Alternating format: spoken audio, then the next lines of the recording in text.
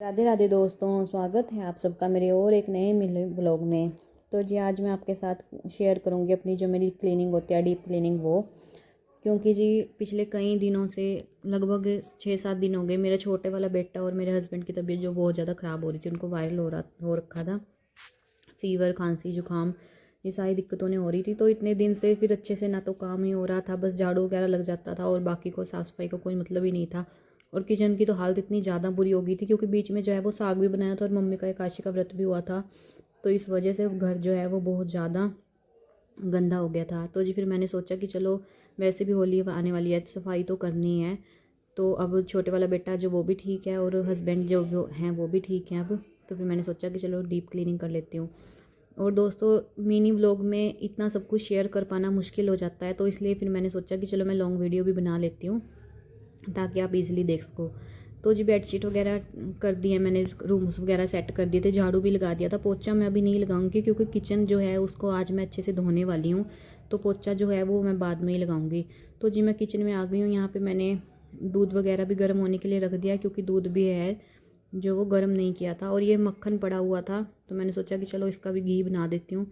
तो जी मैं इसको थोड़ा सा उबाल के रख दूँगी जब तक इस पर थोड़ी सी झाग ना आए, और उसके बाद फिर इसको ठंडा करके फ्रिज में लगा दूंगी। तो जी जो घी है वो अलग हो जाता है और जो लस्सी है वो अलग हो जाती है। तो फिर जी ज़्यादा गैस भी वेस्ट नहीं होता और घी जो है आसानी से निकल जाता है। तो जी जब तक वो काम होएगा तब तक ये थोड़े से बर्तन भी पड़े थे सिंक में, फिर मैंने इनको भी साफ़ कर दिया था अच्छे से। और जी किचन अगर गंदा हो तो फिर खाना वाना बनाने का भी बिल्कुल मन नहीं करता और ना ही घर में दिल लगता है, क्योंकि दिन का ज़्यादातर समय जो है वो हम लेडीज़ का किचन में ही निकल जाता है। तो उसको साफ़ होना तो बहुत ज़्यादा ज़रूरी होता है। तो इसलिए फिर मैंने सोचा कि चलो पहले आज किचन की सफाई कर देती हूँ अच्छे से।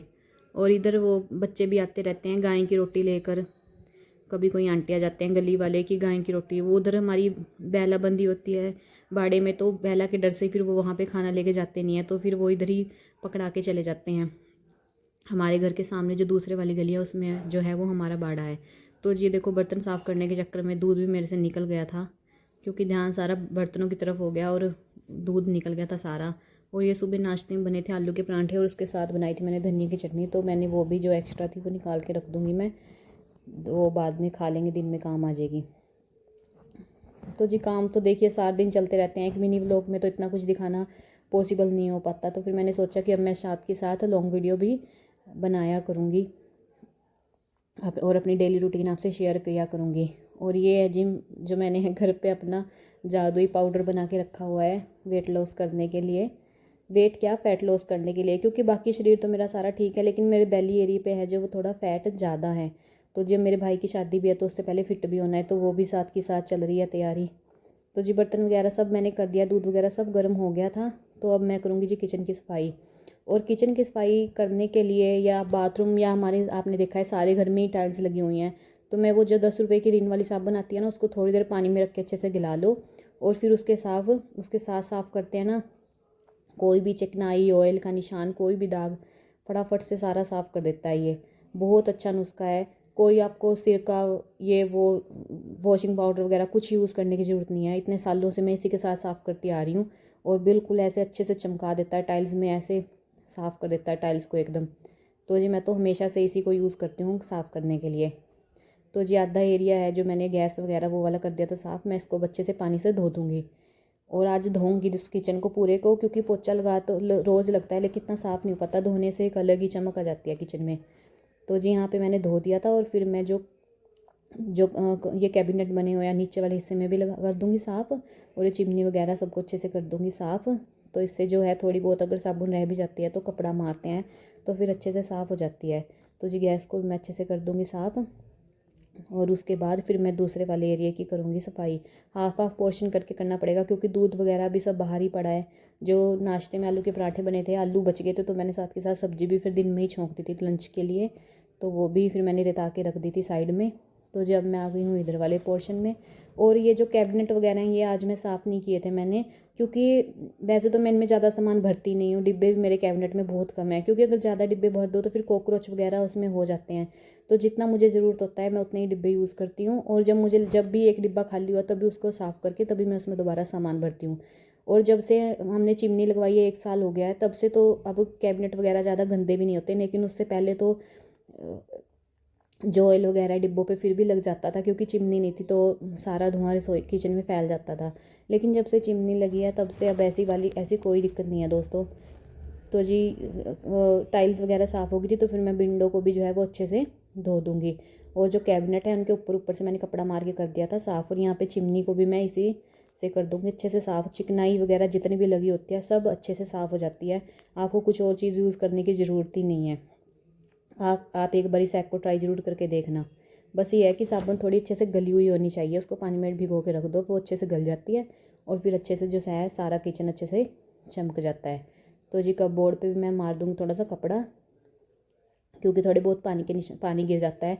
और जो एक हमारे कैबिनेट में जितनी भी सनमाइका लगी हुई हैं ये सब वाटर प्रूफ है, अगर इनके ऊपर पानी गिर भी जाता है तो भी ये इनको कम से कम 7 साल हो गए हैं लगे को, कोई दिक्कत वाली बात नहीं हुई है अब तक।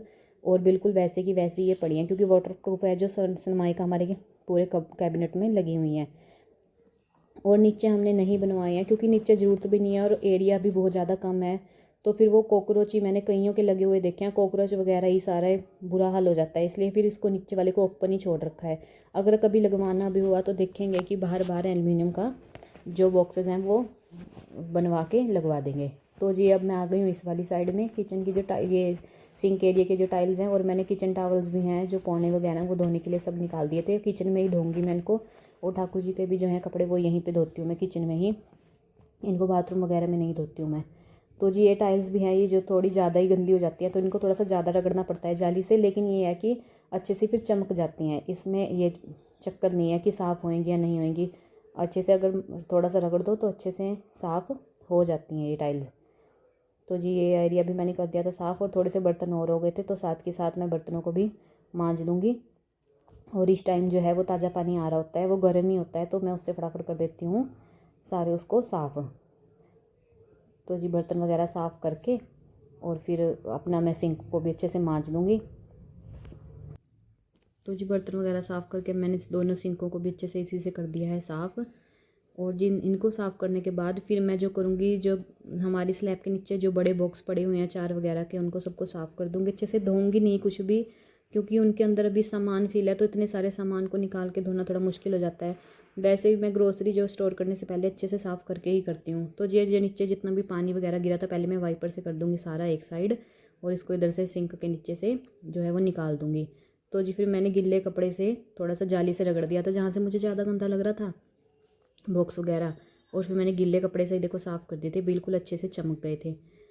तो जी ऐसे ही मैं करके सारे डिब्बे कर दूँगी अच्छे से साफ़। और ये हैं हमारे 2 अचार के डिब्बे, एक में है नींबू का अचार और एक में है हरी मिर्ची का। और जो ये डिब्बे तो इतने ज़्यादा गंदे नहीं होते, लेकिन जो आम के अचार वाला डिब्बा है ये वाला, ये थोड़ा ज़्यादा गंदा हो जाता है, क्योंकि आम का अचार तो तीनों टाइम ले ही लेते हैं खाने के साथ। तो जी इस पर थोड़े से ज़्यादा आटे के हाथ लग जाते हैं, तो जिसको मैंने रगड़ के कर दिया था अच्छे से साफ़।